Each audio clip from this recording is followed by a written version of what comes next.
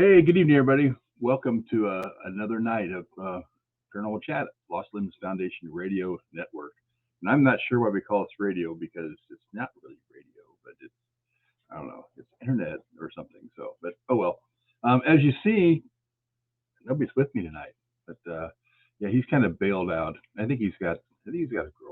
I don't know. But yeah, so he couldn't make it tonight. So you're just stuck with me.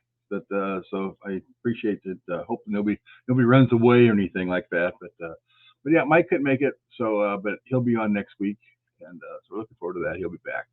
So that's not a problem. But I'm trying to catch my breath. It's been a long weekend.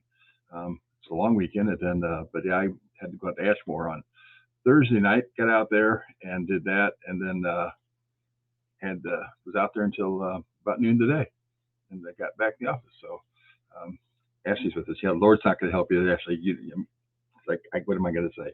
So, yeah, it's been a long few days. So kind of like, I'm just, good thing Richard's on tonight because he'll keep everybody entertained and keep me awake.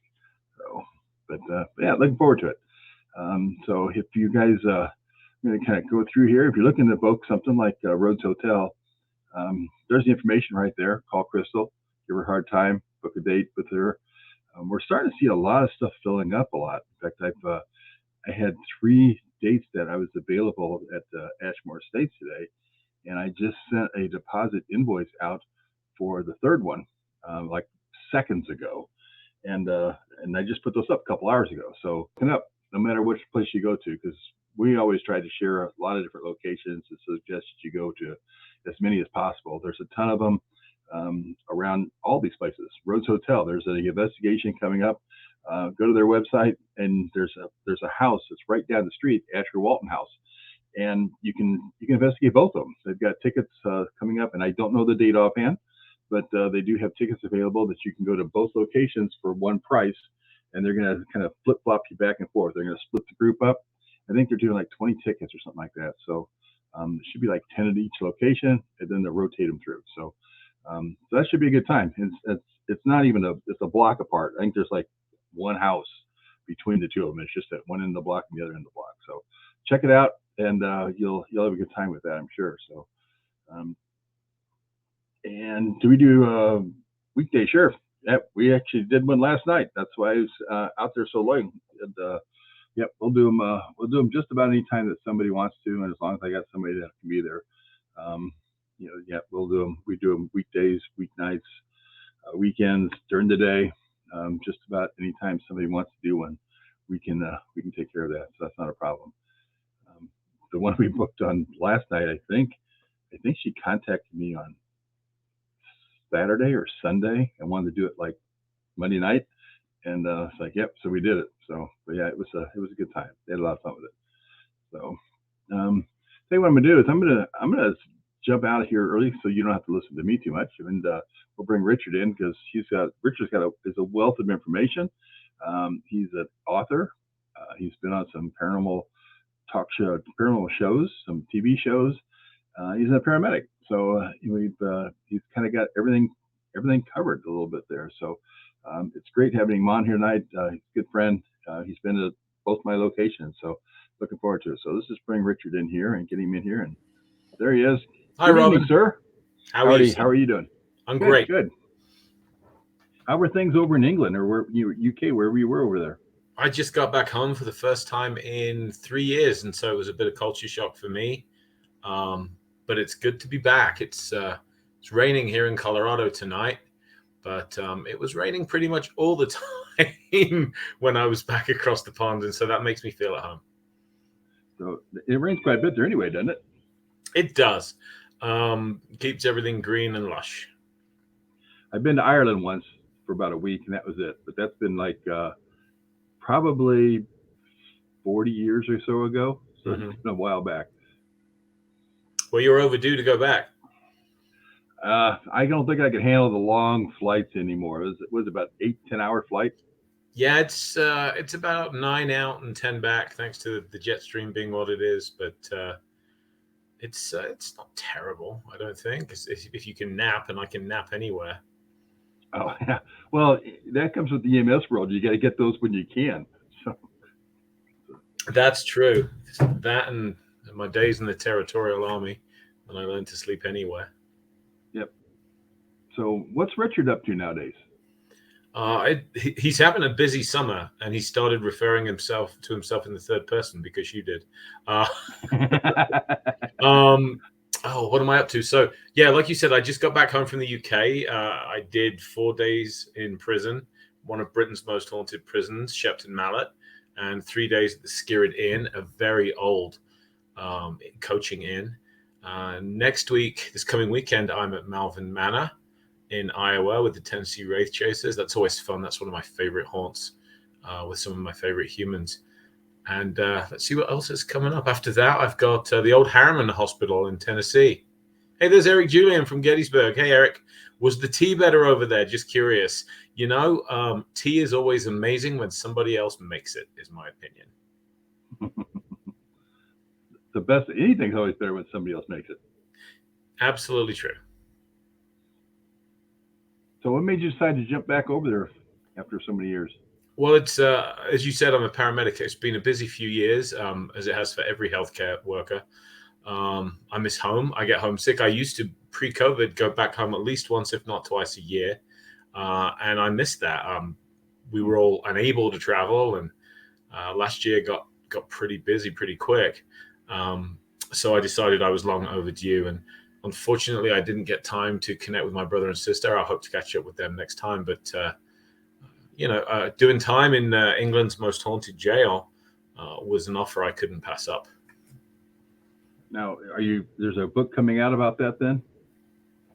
There is. You know me, Robbin. I've always got a book in the works. I kind of thought that was probably going to be the case. This book is called Spirits Behind Bars because it looks at the bar of the inn and the bars of the jail cells. What's interesting about Shepton Mallet is it dates all the way back to 1625. So talk about old, you know. It's incredible. They used to execute people there by hanging them, and the U.S. Army took the prison over in the 1940s to be its main place of incarceration and execution. I know you're a big movie fan, Robbin, so I know you'll have seen The Dirty Dozen. Oh, yeah. Classic war movie, right? Lee Marvin. The beginning of that movie where Lee Marvin goes to prison to pick his dirty dozen convicts for a suicide mission. You see them doing that execution, that hanging. That was based on Shepton Mallet. That's where American servicemen who had committed either rape, murder, or rape and murder were killed. And in that Second World War period, over about 3 years, 18 died there, 16 by hanging and 2 by firing squad outside. That's interesting. When I was over in Ireland, we went through some of the castles, but then I really wasn't into the paranormal side of things. But it was the structures and everything are just amazing that they're there that long and all. I mean, they're incredible, just beautiful places. Yeah, absolutely. It's and I'm a dual citizen now, so I'm a son of both countries, but I always regress a little bit. My accent comes back about 10 minutes after I've been off the plane. You think I have an accent now? When I land at Heathrow, it starts thickening up incredibly until you wouldn't recognize it after a few minutes. Well, you got to be like one of the hometown people. You can't be, just a tourist. Absolutely, you can't, can you? And it's always going to be home, right? Even though I'm making my home here now in the US and I love being here, that's always going to be home. Norma just kind of came in and waved hi. I got earbuds in, so I couldn't see him, but I think she was waving hi to you. Hi, Norma. Richard said hi. We love Norma. She's awesome people.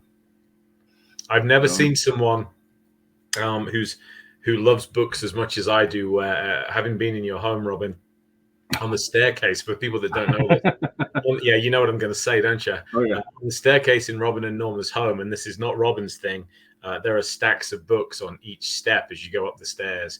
Norma has books scattered everywhere, and I think it's wonderful. She reads all the time. In fact, when you did the book here, I had to be honest with you. You asked me if I read it, and I read parts of it, but she read the whole thing. I'm like, I'm just not a reader. My mind starts wandering about what things I physically should be doing rather than just reading. So, which is bad, but it's just the way I am. So you never read the bit where I described you as the Santa Claus of the paranormal, then? I missed that part. So Well, I'll have to go back and read that again. Well, Norma must have been okay with it. She gave it the thumbs up. That well, she would say. I mean, you could say pretty much about anything you wanted to about me in book writing, pictures, film, whatever, and she'd be okay with it. You know, That's good to know Ashley's out here. Ashley would agree with me on that. There's no doubt in my mind about that. for when I write my Ashmore book. Then that's good to know. Yeah, that's true. So, speaking of books and the building and everything here, um, you did one here when because of Brad. So tell us a little bit about the book that you wrote from the building here. I don't know if you've got a copy of it there. I don't have one in front of me. I got one a few feet away, but yeah, tell I've us a got little one in bit my about that. library, but downstairs. But yeah, the book is called Gacy's Ghost, and it's really the fault of the Kling brothers, as so many things in life are. That can be laid at the fault of Brad and Barry Kling, right? I was doing an event with them in Texas, and we love to talk about all things paranormal, primarily Civil War stuff. But I'd just been commissioned to write a book on serial killers, and they said, "Oh, are you covering John Wayne Gacy? Because we happen to have a paranormal case that involves John Wayne Gacy," and that really piqued my interest.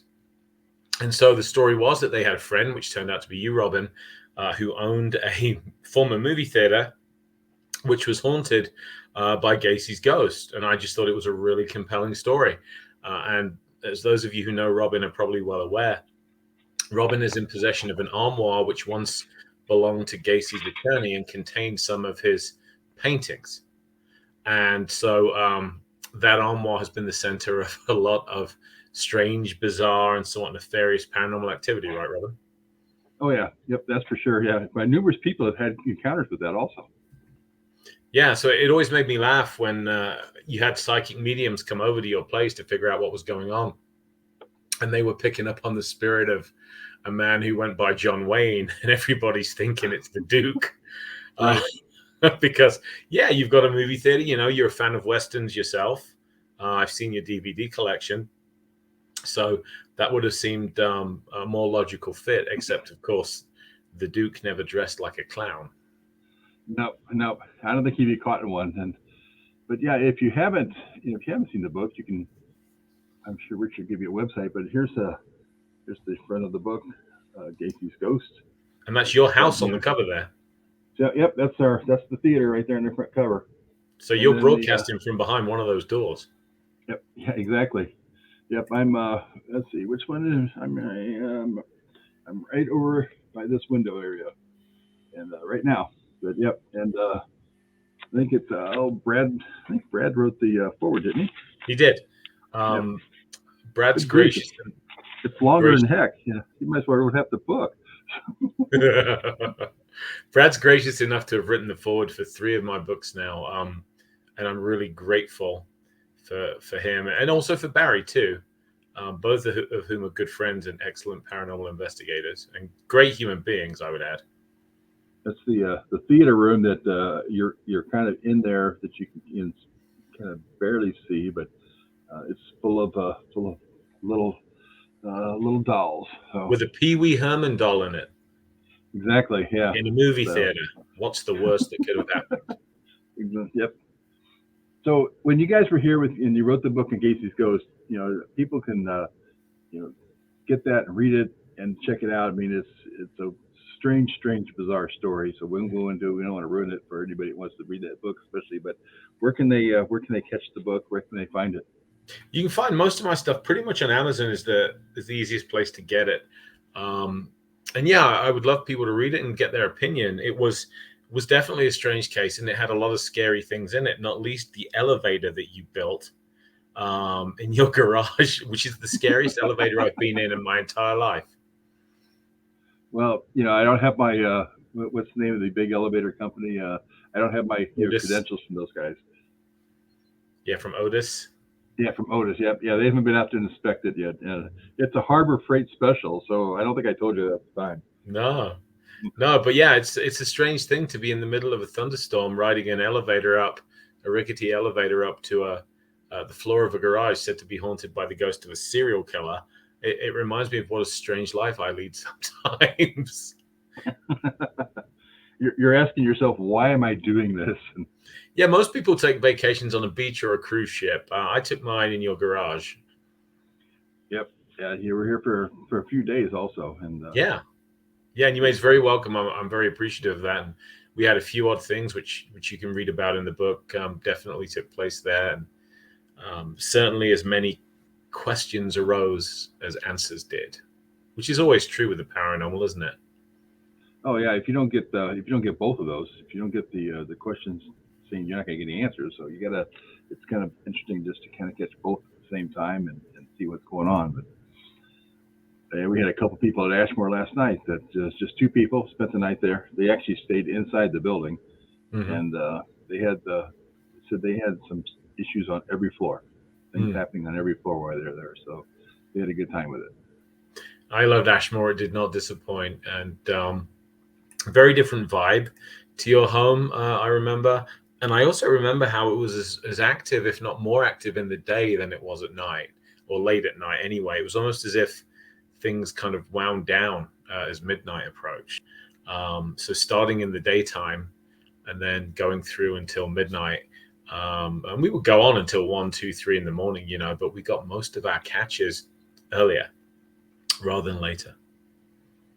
It's interesting you say that too, because I always try to tell people that it's an active location during the day just as well Mm-hmm. as it is in the evening, and that's just the way it is out there. But have you Yeah. noticed that? Because you've been on the show with haunted hospitals at Paranormal 911. Have you seen some of the hospitals, or do they do most of their stuff at night? Well, I think that's because a hospital is so much of a bustling, busy place during the day. I'm not saying it doesn't happen during the day. I'm saying it's harder for you to notice it because you have people going around. It's always a lively place. You have people heading to the labs, to imaging, all those kind of things. A hospital at night, although it's still active, is a little bit quieter, and I think you're more likely to pick up on otherworldly things going on. The less normal activity is taking place. Now, you mentioned Malvern Manor. You've been up there quite a few times. You guys done some special projects and all up there while you're there? Yeah, I'm in love with Malvern Manor. It's firstly, it's run by one of my favorite human beings in the world, a guy called Josh Hurd. Which, if you order Kiefer Sutherland from Wish.com, you get Josh. There's an uncanny resemblance there. But it is a former hospital in the town of Malvern, Iowa, that became a residential care home. So it's a home for the elderly, the infirm, the addicted, people in rehab. It was essentially the last stop before the streets for a lot of vulnerable and at need people. And unfortunately, it was closed down by the state several years back and has quite the reputation for being haunted. So I wrote a book about Barry. I don't know if you heard your ears were burning. I see you in the chat. But we were just chatting about you and Brad a few minutes ago. So Malvern Manor is one of my favorite haunts. I'm working on a second book about that location now, and it's a real privilege to investigate there. Yeah, Josh is a great guy, and I think you just did an event up there not too long ago, which I had some friends that were up there.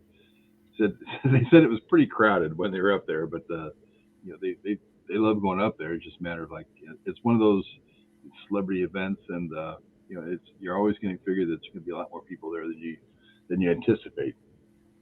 Yeah, absolutely true. Barry says good things, I hope. I like to think we said nice things about you. I did blame much of my writing career on you two, you and your brother, which is, I think you are guilty as charged for that. But I do love Malvern. Iowa is one of my favorite haunted states. There's the Villisca Axe Murder House, the Farrar School, Farrar Elementary, and one that I'm really excited to explore this summer for the first time is Edinburgh Manor. Okay. It seems to just be a great state for those kind of locations. One place I've always wanted to, I've been to, and I've kind of wanted to investigate there, although there's no reason that I know of that there should be hauntings there whatsoever, is the Field of Dreams. As in the movie? Right. Yeah, I mean, there's no reason, but I also think maybe there's so much energy there that maybe some of these former baseball players might just kind of pop back in there once in a while. I didn't know it was a real place. Honestly, I thought it was fictional. It's very close to right up there in Iowa. It's right in Iowa. Oh, gotcha. I have to look out for that. I know that being in amongst all the corn and stuff like that. I've seen the movie, where the players emerge from the corn. I mean, I got so much exposure to corn at Ashmore. It really just driving to Ashmore is like Children of the Corn, right? The stalks just get higher and higher and higher until they're 12 feet and you can't see anything. Well, and there's a house there at the Field of Dreams that you can spend the night in. Oh. And I thought that would be kind of cool to go up there and do an investigation, because there's probably nobody's ever done it. Go up there and do an investigation there at the house and the field, just for the heck of it, and try it. In fact, I talked to him a couple years ago when I was up there, and what I want to do is do a benefit for Lost Limbs Foundation. I was wanting to get their ghost team, because they have an actual ghost team that comes out and plays baseball for events and all. And I wanted to get their ghost team, and I was going to talk to a lot of different paranormal celebrities that have been on TV and all, and play the ghost team. I thought it'd be kind of fun to bring the paranormal investigators out playing against the ghosts. I know who my money's on. They would cream the investigators. So yeah, more than likely so, but it'd be kind of fun. It'd be something different. That nobody's really done too much of. And for a great cause, Lost Limbs is such a good cause. That'd be fantastic. Yep. Yeah, it'd be kind of fun. But yeah, I've looked into it up there, and one of these times when I get a chance, I think I'm going to book the place and go up there and spend the night and just try it and see what anything goes on, see anything happens. Well, give me a shout. I'm absolutely terrible at sports, but I'm always down for a good cause. So I'll do it. And yep, we're going to check out the location and at least spend the night up there and do a little investigation. It'd be kind of fun. There's something different to do. Yeah. So now, are the Paranormal 911 and Haunted Hospital shows, they're still active out there? Or? Half and half. So Paranormal 911 has fallen by the wayside, I think, or at least it hasn't been renewed. I know that we just wrapped on season 4 of Haunted Hospitals recently. We shot that in Detroit, which is a first. So yeah, that's another season of that is coming. I don't know exactly when, but I would guess around about the fall of this year. So a lot of good hospitals that you guys did in the Detroit area? Or? So really, that's just where we shoot. It's primarily experiences of healthcare providers. So, yep. In fact, actually, I talked to somebody, I think, from Paranormal 911 a couple of years ago when you shared my name with them. And it was kind of funny because the first thing the guy said to me when he called me, he said, "Hey, I got your number. I was supposed to give you a call and talk to you about an experience you had on a 911 call." He said, "First thing, you can wear shorts on our show if this works out." So I'm like, "Oh, you've been talking to Richard." Right. So, yep. Because I've known for my not wearing shorts, or told him I wouldn't shoot the episode with Ghost Adventures Aftershocks if I had to wear long pants. And you're known for rolling your eyes as well.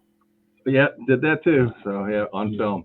But oh well, that's the problem when you ask somebody to do something that they won't change their ways. It's just like you're going to get what you get. That's it. Well, maybe they'll let you just Skype in instead of actually going on set. I hear that's a thing. Well, they wanted us to do it. And but the other two guys that saw what I saw didn't want to come out and do it, so they said sorry, but we can't make it work. Like, gotcha. It's fine. I don't care. It's not that. It doesn't make that. I'm kind of like you. It's like it's not going to be that big of a deal. I'm not living my life to be on TV, so it's like I don't really care. No, me neither. I was hoping to get out to Ashmore for a different show earlier this year, but. Obviously, that wasn't in the mix at the end of the day. Right. But yeah, maybe sometime or another you can get you back out this way doing something different. I need to get out with Brad and Barry. I know that last time it was Ashmore. We did the benefit for Lost Limbs at the R Theater, and then Brad had just like a morning he could join us. And you know how Brad is, right? He's a catalyst. So I remember clearly that the minute he walked into the building, which was completely empty, we heard the sound of a man whistling in the depths of the building somewhere, like whistling a tune, kind of sing-song kind of whistling. And we searched that place up and down, front to back. There was no one in there. That was the minute we walked in the door. Yep. In fact, I remember that was you guys were up on the second or third floor, and I was down on the first. And Brad was sitting in our team room, and I thought you guys were whistling, so I didn't say anything. And you yelled out, "It's like, was that you whistling?" I'm like, "No, I thought it was you guys." And you said, "Check with Brad," and yelled down to Brad. Brad's like, "Nope, I heard it too." But it was pretty loud when you could hear it through, off of 2 floors. I wrote a book called The Great American Ghost Hunt. Well, I basically wanted to do a road trip. So it was 4,000 miles, 10 locations, 10 nights from Colorado out east and back. I'm really hoping to do a great Wild West ghost trip at some point in the near future. And I also want to do a great Texan road trip, which hopefully I can get Brad and Barry involved with that, because nobody knows ghosts in the state of Texas like they do. And I would just absolutely love that. Would love to get out to some Texas haunts like Yorktown Memorial and places like that, you know. It's nice to see a man libel his brother in public, isn't it? Actually, I take that back. It's only libel if it's untrue. That's right. Yeah, Brad had some strange experiences out there when he was out there. Barry didn't join him at that down then, but Brad had some strange experiences. He shot their episode of I just lost the name of it now. Strange Curiosity. Yeah, Strange Curiosity. Yep, the one they did at Ashmore with Some Call It Home. But I think it was episode 5, I believe, on there on that, out of the 6 that they did. Well, and it was the Klink brothers and Strange Curiosity that are the reason that I did my book. You know, I owe that book to them. So if you don't like it, don't blame me, blame the Klinks. You know, they're the ones that, there are some people in this field that just guard their cases and like they're territorial, you know, and this is mine, you can't have it. They were so supportive and connected me with you and told me to go dig and tell my story. Brad Skyped in. This is the only time I've really had to edit one of my books. Brad Skyped in to try and I'll call it what it was, provoke Gacy. And I'm not big on provocation most of the time, you know, but I'll definitely make an exception for a douchebag like John Wayne Gacy. And Brad just went nuclear. I mean, I know drill sergeants that are less effective at calling stuff out than that man. And I broke the F key on my keyboard transcribing what happened. It was amazing. Yeah, he kind of did a little bit of that at Ashmore too when he was out there. He shot the episode there. He was provoking on the stairs and trying to bring out this one spirit. And yeah, you know, they catch a lot of crap over that. But I look at it this way: they're calling out one spirit. He's like, okay, we're looking for one spirit. If there's 20 spirits in the room, they're all pointing saying, he wants you. He doesn't want us. He wants you. And, I don't believe in provocation as a general rule when you don't know who you're dealing with, but I think there are certain cases. I mean, a good example was this last weekend. I was in Virginia at Belle Grove Plantation, and I'm a real history nut. So, you know, those blue historic markers you see at the roadside? I love those. Right. I always stop to read them. And we were I bet Barry already knows the location I'm going to talk about, but just in the middle of nowhere, we come upon this blue sign, and it is the site of the barn where John Wilkes Booth was caught and was cornered and died. Or at least, you know, there are those who say he didn't die, but that's certainly the way the conventional story goes. And I know that the Klings called him out on Ghost Lab, and I'm 100% down. If you want to yell, scream, and provoke at the ghost of John Wilkes Booth, I'll hold your coat. Could have done with them at the spot of this barn, which is now Garrett Barn. Thanks, Barry. And it's now on land maintained by Fort A.P. Hill. Yep. Yeah, I listened to the episode they did with their podcast about John Wilkes Booth. I think it was a 2-part, if I remember right. Mm-hmm. And it was really interesting. So now you're not a matter of you have like 1 or 2 books. How many books have you written now? I'm at like 28, 29 right now. And they've got a lot of locations, but then you've wrote a lot of other style books and all as well, haven't you? Yeah, I started out doing purely paranormal books, and I've kind of crept towards true crime and history, especially military history. So my first love is always history.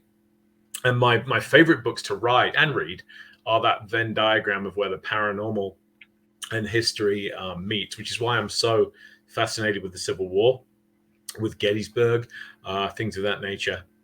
But true crime is very popular. I'd done some true crime paranormal books, like writing about the Villisca Axe Murder House and Fox Hollow Farm. And that just kind of led to publishers asking me if I would write straight true crime with no ghosts, which has been, I'd say it's been a pleasure to do. It's interesting, but man, you want you really want to shower afterwards. You feel like you need mental floss for some of these. For the book on your place, I researched Gacy extensively, and it's just cringeworthy, the things that these people do sometimes. But it is interesting. I need a gap, though, between those kind of books. So the next book I'm writing for Visible Ink Press is a straight history of World War II, which is a joy. And yeah, Barry, absolutely, we need to talk. Give me a call once this is done. I'm always got time for the claims. They're working on a Civil War project. That'd be almost push the wrong buttons. Barry's long overdue to write a forward for one of my books. Brad's done 3. And I actually describe Barry in print as the better looking Kling brother. Incredibly, my head is still on my shoulders. Yeah, Barry will stick up for you. Is that it's like take care of little brother there. He'll look out for he'll protect you from little brother anyway. I might need that at some point. So with the Paranormal 911 and haunted hospitals, how did you get hooked up with those? Besides, I don't know if that was from your paramedic side or I suspect I know exactly how it happened. I wrote a book called The World's Most Haunted Hospitals. This will be back in 2015, 16. And the reason is that being a paramedic, I get a lot of ghost stories from nurses, occasionally from doctors, and quite often from patients, So I wanted to kind of collect some. I got a reputation for it, and I wanted to write about haunted hospitals. When they were coming up with the show Haunted Hospitals, I think what happened, I bet my life savings on it, is the producers Googled the phrase haunted hospitals. And the first image that came up was my book. So they called me. They asked me if I would be willing to be involved. And I said yes. And they asked me if I'd be willing to do it for free. And I said no. And we came up with an agreeable kind of amount, a reasonable amount. And I've been fortunate enough to be involved with that ever since for all 4 seasons. I really enjoy doing the show. I know it's not to everybody's taste, but it's a lot of fun to do. And we get some interesting stories. And I'm proud to be associated with it. Like you said, there's a lot of stories out there from that happened in the I run into nursing homes like that all the time too. I mean, as you know, I've been involved with EMS for quite a few years, and you hear that from a lot of people. And my own my cardiologist was telling me a complete story one time about a hotel he was at, and that he ran into a ghost there. So I think that even though some people are kind of like, oh, we can't tell, we don't talk about this at work, that we're involved with it. And one of the girls that investigates with you has kind of kept her status at work quiet with that too. Yeah. But, and I totally respect anyone that does, Robbin, Sure. I mean, I always thought it might be a career limiter. It never turned out to be that way for me. But a lot of people in emergency services are into this field. I mean, apart from yourself, Barry used to be a paramedic, Barry Kling. Chris Ballasone is a fire paramedic. My good friend Greg Lawson, who I was with this weekend, the paranormal detective down there in Austin, Texas. So some folks keep it a little more under the radar than others. I jumped in with both feet a while back, and it's been fine as far as I'm concerned. I fly that weird flag high. I have not investigated Byron Health in Fort Wayne, Indiana, Marcus, not yet. The only Indiana cases I've done so far are Fox Hollow Farm and Whispers Estate. Oh, and I think Randolph County Infirmary. Yeah, I see Randolph County. I think you were there. Yeah. Yeah. So also that. Yeah, Marcus, is Byron Health is it still open, or is it closed down facility now? Yeah, because it's really tricky when they're still open. It's frowned upon. It's definitely frowned upon. It's kind of interesting when you go to the nursing homes though, because they have a tendency to see a lot of things because there's so many people dying at the nursing homes that they kind of go there sometimes for rehab, but then they're there for long-term situations. And I know the CNAs and nurses I talk to there tell me a lot of times that they do certain things because they can see death approaching, and there's certain things that they've noticed that happens quite frequently. Yeah, I've heard that a lot. As I wrote my haunted healthcare books, I talked to a lot of end-of-life care workers, palliative care nurses, and I think that many of them, I don't want to say they develop a sixth sense, but there are things that seem to crop up time and time again. When my own mother was dying in a hospice, I talked to the nursing staff, and they said that she was having conversations with dead relatives, and she died of brain cancer. It metastasized from her lungs, so she had altered mental status right till the very end. And then it's almost as if this kind of fog lifts right as they're about to go, and there's this moment of clarity, and then they pass, which is exactly what happened with my mom. And they were talking about footsteps heard around her bed when nobody was there and things of that nature. There's a very common set of phenomena that people seem to report over and over again. Yeah, that's the one girl that I remember with my parents who were in the home and my dad passed away. She said she went over and opened the window up, and she's like, I always do this just to let them know that it's okay to go. Like, that's common in a lot of cultures. Actually, they'll leave a window open for either 1 to 3 days and nights. It's an old tradition, and I think it's quite a good one. So, yep. And I mean, I've taken people to the hospital before that told me that they were checking out, they were going to die, and that they talked to so and so, and they said it was okay, and that they could come and join them, across the other side, and it's and they do, it's like they know they're going to go, and they'll tell you about it. Yeah, and skeptics will say, oh, it's the dying brain, it's making stuff up to comfort itself, which is an interesting way to look at it, right? And in some cases that may be true, but we also see objective phenomena. There are reports of light phenomena, of nurses seeing lights, odd lights arising from newly deceased patients' chests and things of that nature. So there are some very unusual reports that seem to surround human death, and it's something I'd love to see studied more. The problem is, of course, it's such a stigmatized field still that few people in conventional medicine are willing to acknowledge that it even needs to be studied, let alone are doing it. It's a great way to ruin an academic career to believe in this kind of stuff openly. Mm-hmm. Have you been on any paramedic calls where you've had situations yourself that have happened? Not one. And I get asked that a lot, and I always think it's because I'm so focused on a 911 call, on my patient and their needs. I'm trying to think ahead. I'm trying to assess. I'm trying to process and filter a lot of information. So I'm focused on doing my job. You could probably have a parade of headless horsemen trot past my scene, and I wouldn't notice it. So no, I have not had a thing happen. I know I've taken stories of many, many others that have, but not me. Yeah, mine was just a strange encounter with the guy that he had a skin tear, and I was wrapping his leg up, and I kind of glanced up into the kitchen right in front of me, and there was this woman standing there, and and we had talked, and I just thought it was like his wife, and I think, well, your wife can be changes for you when we're done, and he's like, my wife's in heaven. I'm like, oh, I forgot, I'm sorry, and I said, so your caregiver, she'll do it then, right? He's like, no, there's nobody here but me. I'm like, okay, there's a woman standing right over there, and but yeah, but it wasn't anything. It wasn't life threatening. So I could kind of look up while I'm wrapping his leg. Anyway, it was just like I had an EMS crew I worked with had the exact same experience as you. They left the call and both said, "Did you see the guy's wife standing in the corner of the room?" And she had died quite some time before. So both of them had seen her, and the apparition, if that's what we want to call it, had not spoken, had not moved, had just been watching. But they both witnessed it. That's the way ours were, when we were there. And as we walked down the driveway, there were two guys with me. He's like, did he say he's alone? Mm-hmm. I'm like, yeah. And he's like, you didn't see the wife standing there didn't see the woman standing there in the kitchen? I'm like, yeah, I saw her. That's why I asked the second question. And they just kind of freaked because they're like, they would never go back in the house again. They're like, oh, I can't do this. So. Oh, that's a shame. There's so much fear associated with this field, and we've all got to take some responsibility for it, because we do the scary shows, and fear sells, unfortunately. And the truth is that the vast majority of paranormal cases that I've been involved with, there is absolutely nothing to fear at all.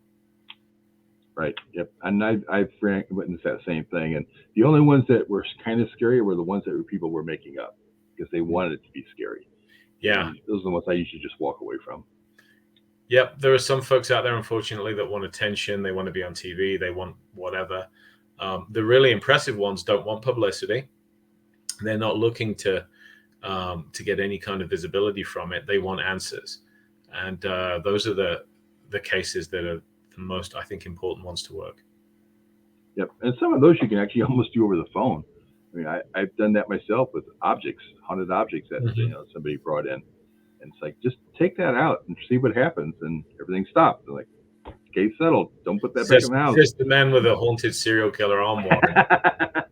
Well, we didn't know that was the case when we brought it in, but so you don't practice what you preach, Robbin.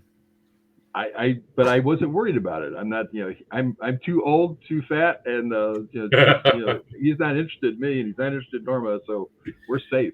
I remember asking Norma, I said, how do you live with the idea that this creepy guy is in your home? And she said, I walk around in my own protected bubble, and he doesn't bother me, and I don't bother him, which a lot of people do come to terms, don't they, with their paranormal inhabitants, their roommates. Yep. Yeah. In fact, I mean, Norma's here a lot by herself, and fortunately, there's a few weapons hanging around the place that she needs ones, and but yeah, she's here, and we've got cameras everywhere anyway. But it's it doesn't bother her. She's okay with that, and same thing with Ashmore. Well, if it came down to a knockdown drag out between Norma and Gacy, my money's on Norma. Yeah. She looks like she can handle herself.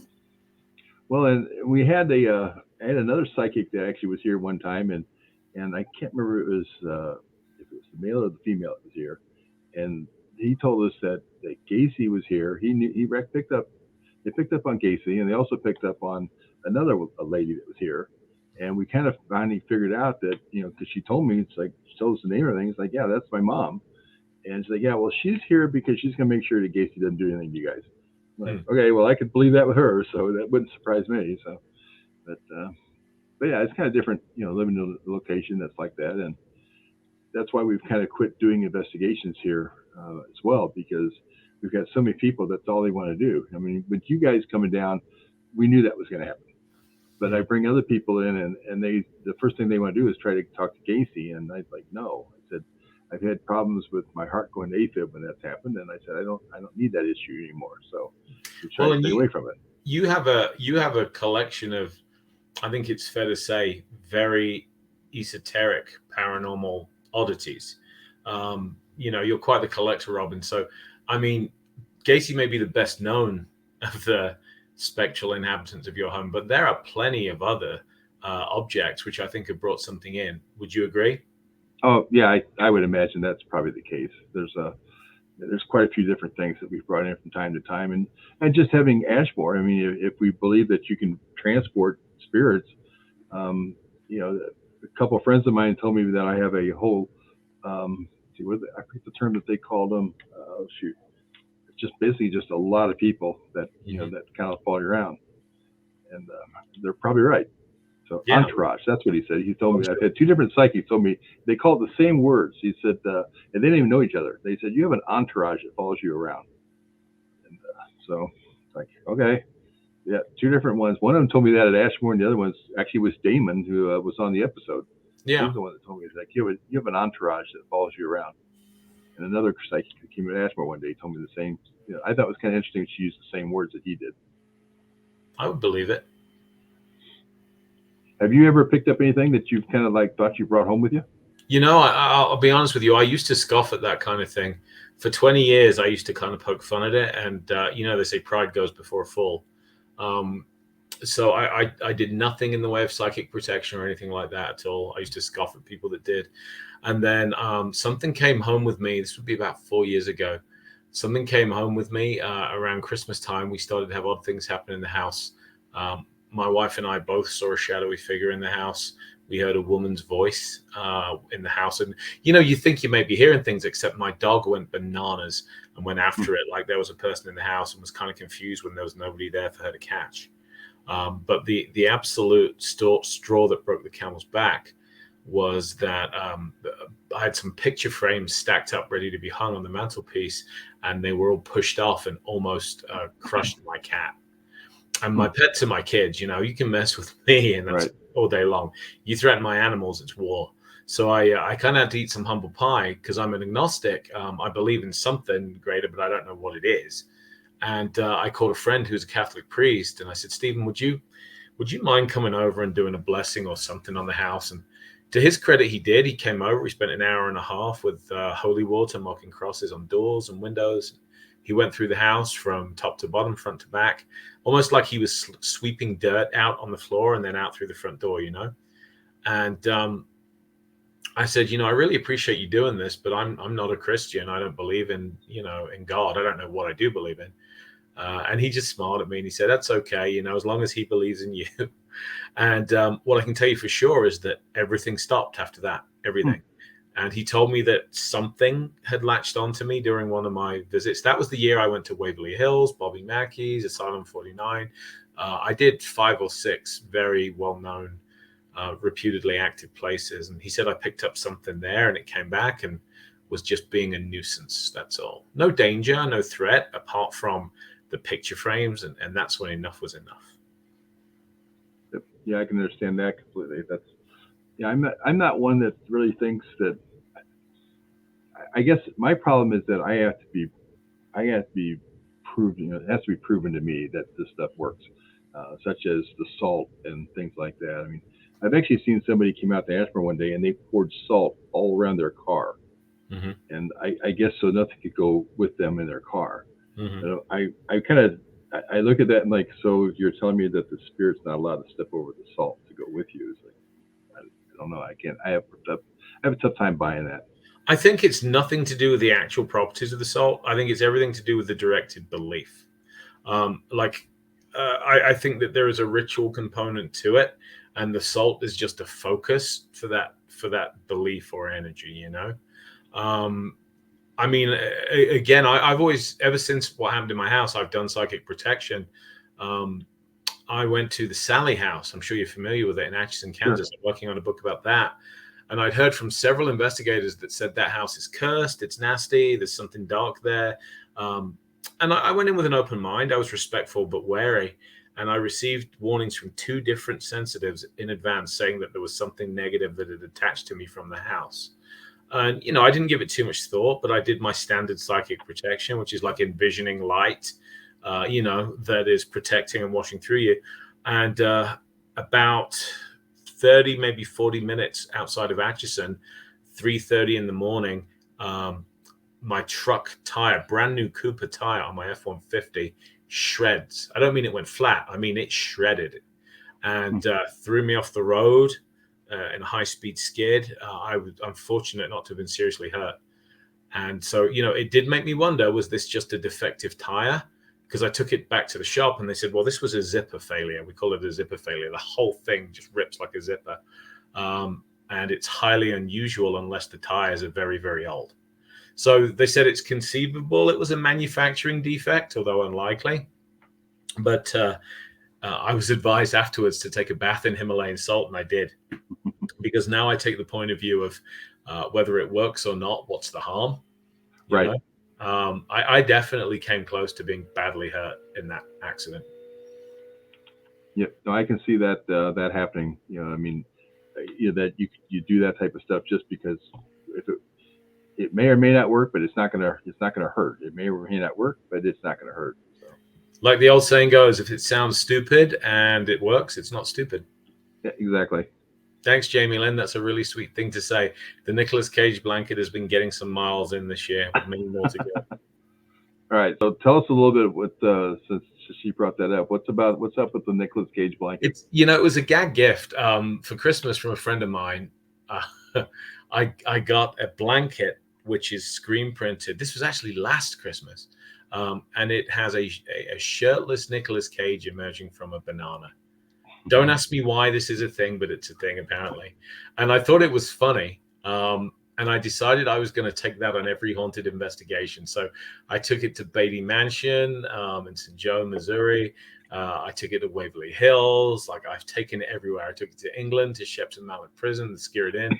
I just took it to Belgrove. So Nick Cage now has got quite a following. And people are asking for photo ops with the Nick Cage blanket wherever I go. People were lined up at this last convention I did at the weekend to sprawl on my bed alongside the Nick Cage blanket and get pictures. So I really should start charging for it, but yeah, it's just a gag gift and it's just comedy gold. So it's become now my favorite tradition to take with me on a case. security blanket. You're going to have to just come up with your own Facebook page with your Nicolas Cage blanket. We are. I'm getting close. Like something's going to happen, and it's really sad. Nicolas Cage is not on social media, from what I've seen, or I would absolutely have sent him some pictures of this. And he seems like the kind of cool dude that would find that funny. But yeah, it's just the weirdest thing. I also love it when I'm working with investigators who don't know me very well, and I just lay this thing out, without a word. They really give me some funny looks. Yeah, they start looking at you like, okay, what's the big guy over here with the Nicolas Cage blanket? It's a bit weird, isn't it? Coming out of the banana, and yeah, a little bit different. But he's gotten thousands of miles now and double digits haunted locations in. So he'll be coming to Malvern Manor with me this weekend. You not to back up, but you mentioned the Sally's house. The gentleman that was involved with the Sally house that kind of had all the experiences there. He's one of the guys that actually saw John Wayne Gacy here in my building after the fact. Oh, Tony? So, yeah. Yep. Yeah. I believe it. He's well known as a sensitive himself. That house it's a very strange place, Robin. I don't know if you've ever been, but I haven't been there. Kind of, it gives me the creeps as well. Two of my favorite haunts are in Atchison. The other is McIntyre Villa, which is just a stone's throw away. McIntyre is a very friendly, warm, welcoming place. It's like the kind of old haunted mansion that you'd see in a Scooby-Doo episode. It's something that you're very familiar with, right? Scooby-Doo. Exactly. And it's welcoming and all that. Sally House is not. There's something not right about that house. And I'm going back again in November to do some final research before my book is finished. On the Sally house? Mm-hmm. So. Yeah, I've been working on telling its story. I did interview the Pickmans, the family that were essentially tormented and chased out of that house during the 90s when it first came to prominence. And I've spent a lot of time researching and investigating in there. And yeah, it's one of those places that definitely does deserve its dark reputation, I think. Yeah, Deb and Tony both were down here and talked at one of our Unity Days in February about the Sally house years ago. And that's when it was kind of funny because he came up to me right before in between speakers and right before we went to lunch. He's like, hey, I need to talk to you. I'm like, okay. He's like, what's up? He said, well, I don't know how to explain this to you, but I just saw somebody at the top of your stairs. I'm like, well, you see people probably all the time. I said, I'm not surprised. And he said, yeah, but it's a serial killer. I'm like, really? And I just kind of played dumb. And I said, who was it? He's like, it was John Wayne Gacy. I'm like, oh, he's back. He's like, what do you mean he's back? And I'm like, oh, he's been here before. I said, he kind of comes and goes. And yeah, so Tony saw him upstairs too. And this was a couple years later. And he says he's never seen the episode that Brad did here. Mm-hmm. And but yeah, and I kind of believe him because, as paranormal investigators, I don't think a lot of paranormal investigators watch paranormal shows. Mm-hmm. And especially with Brad's, because that episode was not on mainstream TV. Yeah, it was not on Ghost Lab. Right. So Tony's one of the ones that's also picked it up on it. And he was really nice. Again, talking about people that are supportive, he and Deb both. I know that Deb told their story in her own book about the Sally house. They could both very easily have refused to contribute to mine. And, they were both very supportive and very patient with my interviews and offered me their perspective. So good people. And I really appreciate them both. I know that both of them, but especially Tony, were put through hell inside that house.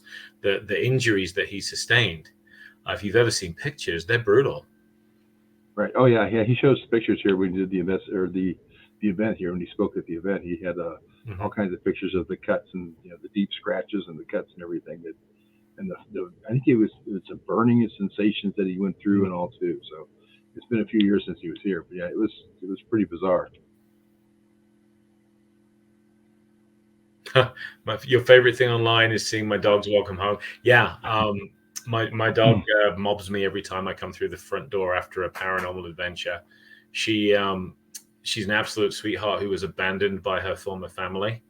And we took her in, and she unfortunately doesn't understand the concept that every time I leave, I will be back.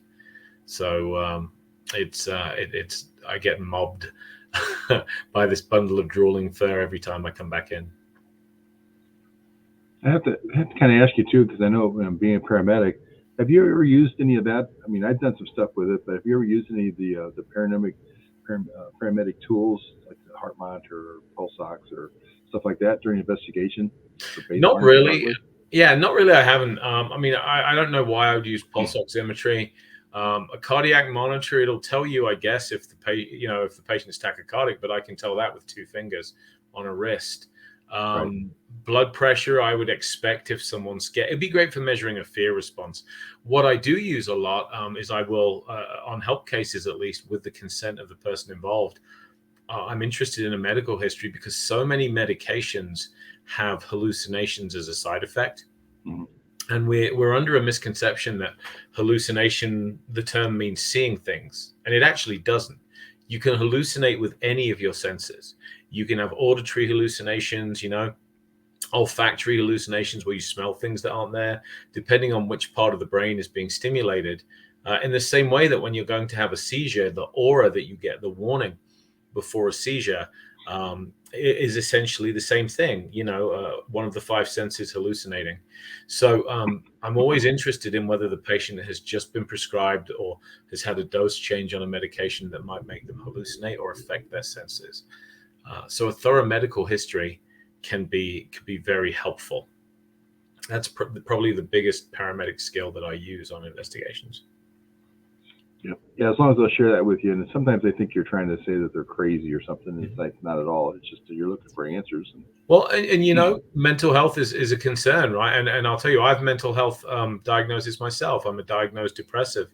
So it doesn't mean that if you do have a history of mental health concerns, that you are not a reliable witness. It's just one more piece of the jigsaw puzzle. It doesn't mean that we shouldn't necessarily trust what you say. It just means that we have to factor that in. And it's important to be empathetic, supportive, and compassionate when it comes to that. But if having, a condition such as depression would disqualify me as an observer, then I'd have to throw out every single book that I've ever written. Right. Yeah, I was on a call a couple of years ago, and the lady there said that her mother, she called us out there because she said she was having some issues and all. We got there, and I asked her, what's going on? And she's like, she's just not herself. I said, what do you mean? She's like, she's talking to little kids. She's talking to kids here in the house that they're not here. And I'm like, okay. And I said, and talked about medication. She changed medication. Nope, same medication. She hasn't been doing well the last few days and all. Her health's deteriorating and all. And I checked everything I could vital wise. I'm like, everything looks good vitals, but we can have her taken to the hospital if you want to and have it checked out. It's like, but don't you think it's weird that she sees these little kids and she's talking to these kids? Right. And the chief was with me, and our fire chief said, you're asking the wrong guy. Because, he's going to tell you no, that he's not. And I said, I do a lot of paranormal stuff and all. I said, I don't necessarily think it's weird. I don't think she's having any type of mental breakdown or anything like that. And I didn't want to tell her what I was thinking that was probably happening, is that her mother's probably getting ready to cross over, and she's just seeing it as having these out-of-body type experiences and all with these kids and all. But so we ended up kind of like, told her, hey, just if something changes, call us. But everything looks good as far as vitals and breathing and everything else goes. So kind of different situations. I try very hard to keep my professional life separate from my paranormal work, just because I don't want, some people simply don't believe in it, and I don't want to offend them. I try not to let those two worlds collide whenever possible. Yeah, I wasn't the one that brought it up, but in fact, I had one of our, as you've been here, I'm in a small town, and one of our city officers came out one day. He's like, hey, Robbin, go and talk to that guy. I'm like, why? He's like, he's seeing pink elephants. I'm like, I see ghosts. I look for ghosts. I don't look for pink elephants. I'm like, there's a whole different story here. I said, yeah, so we've got some other issues going on other than somebody that's seeing paranormal type situations. But we're getting close to getting things wrapped up. Tell us, you got some events coming up that you're going to, that you're going to be at, that people can see, or anything going on? Whole bunch. You can catch me over the next few weeks over the summer, I'll be at Malvern Manor this coming weekend, Friday and Saturday night with the Wraith Chasers.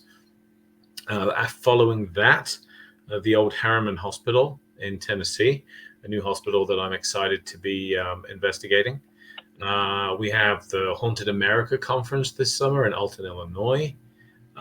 Michigan Paracon a little bit further out, which I've heard wonderful things about. And I'm really excited to be a guest there as well. And I'm sad to be missing the Gettysburg Battlefield Bash. Things just haven't worked out where I can get the time off and do that this year. I've gone for the last few, and it's always great to get out to Gettysburg, especially for a good cause and be with good people. But yep, no shortage of events, and you can catch me online at Richard Estep Author on Facebook and get some of those dates if you're interested. So it's Richard Estep Author. Okay. Yep, that's what I thought. Just want to make sure. And that's .com? So that's just on Facebook. If you want my website, okay. richardestep.net. And thanks, Megan. Yep, I'll see you at Harriman. Be sure to say hi. Yep, and also in between, a lot of keyboard work, right? I've got a lot of writing. I have several books stacked up. A book about Ashmore Estates I'm super excited about, tentatively called Some Call It Home. I know that we've kicked around a few titles for it, but I love that one the most. I just think nothing sums up Ashmore like that. It was a home and a family for those who had no other home and family. Right. So as much as I do love these dark and scary titles and covers, I find Ashmore Estates and the whole story to be one of hope rather than darkness. Yep, and I think I agree, and I think that and it's, I had so many people helping me put the whole place together out there. Mm-hmm. It was dark, not so much with negative energy, I think, but it was more depressing. Yeah, because there's no windows and things like that. So Mm-hmm. I think that was a lot of it. But now that's not the case, and I think that people see things and come out there and they're starting to pick up on spirits. I mean, sure, you get some stuff. I think you can have some mean spirits. It's like you have mean real people. Yes. But yeah, I think it works out better. There's a lot more communication with people out there now. I think the spirits in the building are happy with with what's been done out there. And I've always kind of thought that was their home. That's where they lived, and they didn't have any reason to leave. It's one place they knew. And Ashmore's such a great place to investigate. I recommend it wholeheartedly. Robbin has put in some cabins so you can actually stay on site as well. And it's important to be there, not just overnight, but during the daytime too. So that you never know when that building is going to surprise you. It could be bright sunshine, 2:00 in the afternoon when you get that thing. You could have a quiet night and a busy day, or a busy night and a quiet day. It's impossible to tell. It's part of the joy of investigating there. Yep. And you mentioned the Tennessee Wraith Chasers, and I finally got somebody to bite on my idea that they're coming out in November, and we're doing a double header. We're doing a daytime with the celebrity type investigation, and we're doing a nighttime with the celebrity type investigation. So we're doing you can get tickets either way. You can get day, night, or both. So a great bunch of guys in a great location to boot. Oh yeah, and it's going to be kind of fun just because I think a lot of people don't want to be out till midnight or 2:00 in the morning. They want to meet these guys. They want to do stuff with anybody, and nobody offers it. So we say, I talked them into doing it. So we're going to try it, see how it goes. Nice. But I appreciate you coming out tonight and joining us, and like she has here, and I appreciate everybody listening in with us tonight. So, Richard, looking forward to that book, and and I'll read it. I swear to you, I will read that. There'll be a test afterward, Rollin. I'll go for it. It's like, there's a Cliff Notes version, but maybe you're more of an Audible guy. Josh, there you go. Josh Hurd's narrating my stuff these days, so you can listen to Josh's silky smooth tones as he talks about your property. Well, see, that's what I do when I go to Ashmore. I look for podcasts, because I have 2 hours, and I'll listen to podcasts back and forth.